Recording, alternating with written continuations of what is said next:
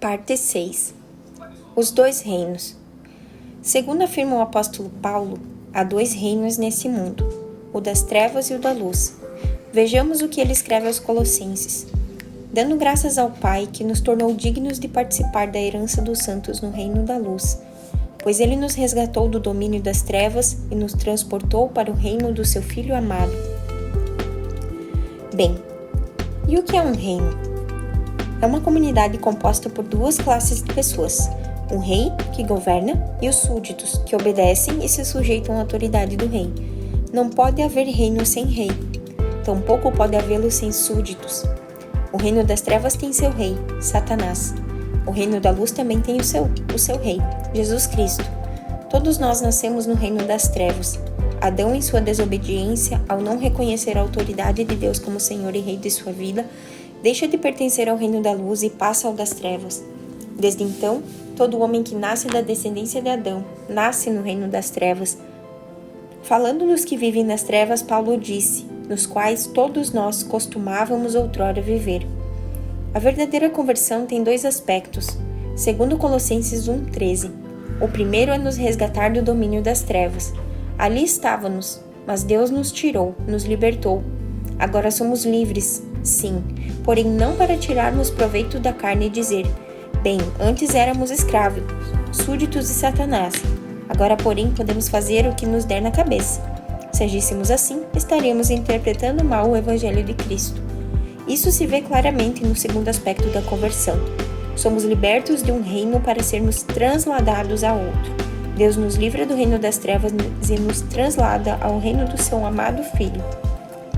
A verdadeira conversão, em seu aspecto pleno, consiste nesse translado. Por muito tempo, pensei que seria transportado ao reino de Deus no dia em que morresse, que logo em seguida entraria nele, ou então, que quando Cristo viesse, traria o seu reino. Porém, Paulo não estava morto, nem Cristo tinha voltado, quando disse, usando o verbo no tempo passado para indicar algo já consumado, pois ele nos resgatou do domínio das trevas e nos transportou ao reino do seu Filho amado. A ideia de que algum dia vou entrar no reino, ou que algum dia virá o reino, criou em nós uma concepção errada de Cristo. Enquanto ficamos esperando esse dia chegar, vemos o Senhor como nosso Salvador, nosso médico e ajudador. E cremos que somente após sua vinda ele será nosso Rei. Por essa razão, encaramos com tão pouca seriedade sua autoridade, o que tem causado debilidade e desorientação em nossas vidas. Cristo deve reinar já. Devemos necessariamente ser transportados a seu reino, porque a verdadeira conversão consiste nisso, ser liberado de um reino para ser incorporado a outro. Mas como se chega a pertencer a um reino? Simplesmente tornando-se súdito do rei. Como entrar no reino de Jesus Cristo? Unicamente permitindo que Cristo venha a ser Senhor e Rei de sua vida. Se alguém nos perguntasse a que reino pertencemos, certamente nos apressaríamos em responder, obviamente ao reino da luz. Contudo, e isto seja dito sem intenção de lançar sombra sobre esta afirmação, é conveniente esclarecer quais são algumas das características desses dois reinos, a fim de nos certificarmos em qual dos dois estamos. Se em função dessa análise você perceber que tem que fazer alguma correção em sua vida, será o caso de que persevere em fazê-la, de modo que toda dúvida seja eliminada e que possa então seguir a Jesus Cristo com toda a fidelidade. Um rei decorativo. Costumo descrever a igreja contemporânea como a Inglaterra espiritual. Posso explicar.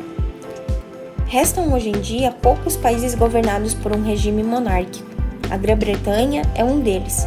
Por perpetuar sua tradição histórica, os britânicos seguem conservando essa estrutura. É o Reino Unido da Grã-Bretanha. Existe um rei, atualmente uma rainha, com seu trono, sua pompa, seu palácio, seu corte, seu séquito. Ela recebe o aplauso, a glória e as homenagens do povo. Sem dúvida, dizem os mesmos súditos, o rei reina, porém não governa. O rei é um personagem tradicional, uma figura decorativa. Todos aclamam viva o rei, todos honram sua figura. Porém, esse não governa, não é a autoridade suprema. Há um primeiro-ministro, a Câmara dos Lordes e a dos comuns, e são eles que governam o país como julgam melhor. Não quero dizer com isso que seja bom ou mal o que fazem na Inglaterra. Simplesmente desejo explicar porque chamo a igreja a Inglaterra espiritual. Na igreja, quem não reconhece que Jesus Cristo é o Rei. Qualquer igreja protestante, ortodoxa ou católica declara: Cristo é o Rei. Todos dizemos amém e lhe entoamos louvores, mas a triste realidade que vivemos até hoje em nossas igrejas é que Cristo reina, porém não governa. Ele é o Rei, entretanto, o primeiro-ministro é o que maneja tudo.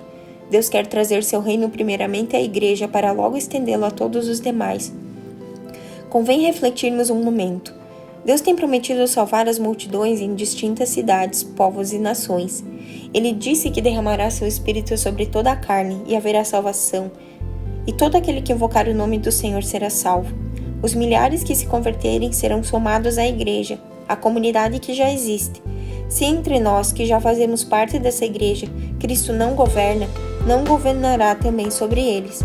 Daí a ênfase, a insistência do Senhor em que Cristo seja o Rei dessa comunidade, da igreja atual, quem a governa na prática, como também que seja o Senhor sobre todos os aspectos de nossa vida. A lei do reino das trevas. Cada nação tem uma lei, uma constituição que rege a vida de seus cidadãos. Isso também ocorre na esfera espiritual. Sei a que reino ou a que nação uma pessoa pertence pela lei que rege sua vida. O reino das trevas tem uma lei e o reino da luz outra. Qual é a lei do reino das trevas? Em Efésios 2:3, o apóstolo Paulo ressalta o sistema que domina aqueles que vivem longe de Deus. Outrora, todos nós também vivíamos entre eles, satisfazendo as vontades da nossa carne, seguindo seus desejos e pensamentos. Como os outros, éramos por natureza merecedores da ira. Aqui há uma referência direta aos desejos, à vontade, aos pensamentos de nossa carne. Contudo, como podemos identificá-los? Quais são os desejos e os pensamentos da carne? Quais são as vontades da carne? Muitas vezes tomamos a palavra carne como referência ao sensual, ao perverso. Porém, segundo a linguagem da Bíblia, a carne é nossa natureza humana não regenerada, a que herdamos de Adão, nossos impulsos, desejos, pensamentos e vontade própria, que depois da queda estão contra a vontade de Deus. O desejo de minha carne é meu próprio desejo, por mais são e ingênuo que me pareça. Satisfazer os desejos da carne é fazer o que eu quero. A vontade de minha carne é fazer o que me dá na cabeça. E os pensamentos da carne consistem em levar à ação tudo o que me ocorrer. Conclui então que a lei que rege o reino das trevas é esta: viva como queira, faça o que lhe der vontade, o que você goste, o que lhe convenha, o que lhe ocorra. A lei do reino da luz. O reino de Deus tem uma lei muito diferente. Viva como Ele queira. Viva assim, como o Senhor manda, como Ele ordena e não como você quer. Que simples, mas que enorme diferença isso representa. Que lei se cumpre na sua vida? A que reino você pertence? Como é a tua vida? Como você quer ou como Ele quer? Não basta cumprir sua vontade em alguns aspectos da vida. Há que cumpri-la em todos eles. Não se trata de obedecê-lo apenas quando nós queremos, mas em qualquer circunstância. Já não posso mais reger minha conduta. Minha vontade deve estar definitivamente rendida à dele. Já não posso traçar minhas próprias normas dentro da sociedade em que vivo, nem tampouco em meu próprio mundo interior. Existe uma única lei que deve me reger: viver como ele quer. Se em algum momento me encontrasse agindo contra sua lei, imediatamente deveria corrigir-me, dizendo-lhe: Senhor, perdoa-me. É tua lei que deve cumprir-se sempre na minha vida. Mas se sou atrevido ou indiferente e faço o que me convém, posso enganar a Deus? As Escrituras declaram: não se deixe enganar, de Deus não se zomba. E de outra parte, Davi exclama: para onde me ausentarei do teu espírito? Para onde fugirei da tua face? A vida cristã é para ser vivida de frente para o Senhor e à luz de sua presença com toda transparência. Honestamente, qual é a lei que se cumpre em nossas vidas? Em relação a muitas coisas, fazemos o que Ele quer, mas não é verdade com respeito a muitas outras, fazemos o que queremos? E então, a que reino pertencemos?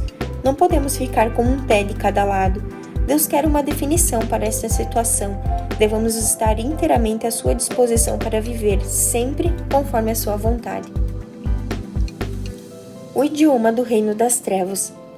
De acordo com o idioma que uma pessoa fala ou como fala, pode identificar sua procedência, se por exemplo é francês, japonês, brasileiro ou argentino.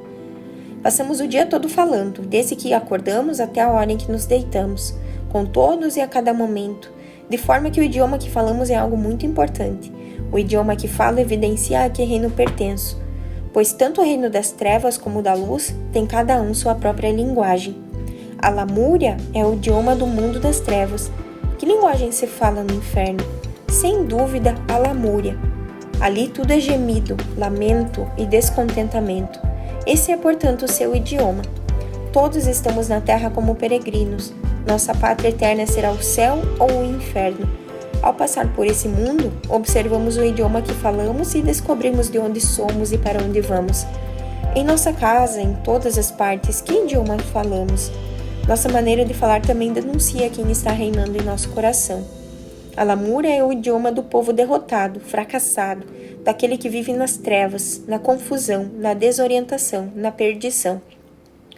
Quando dois exércitos regressam da batalha, como voltam os derrotados? Tristes, cabisbaixos, queixando-se, resmungando e lamentando.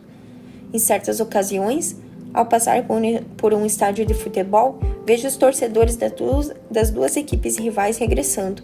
Não é preciso perguntar qual delas venceu. Logo percebo, pelas queixas dos simpatizantes, qual é o time perdedor. Se os torcedores do Palmeiras voltam reclamando, significa que o Palmeiras perdeu. O idioma que falam os identifica. A Lamúria é a linguagem do inferno.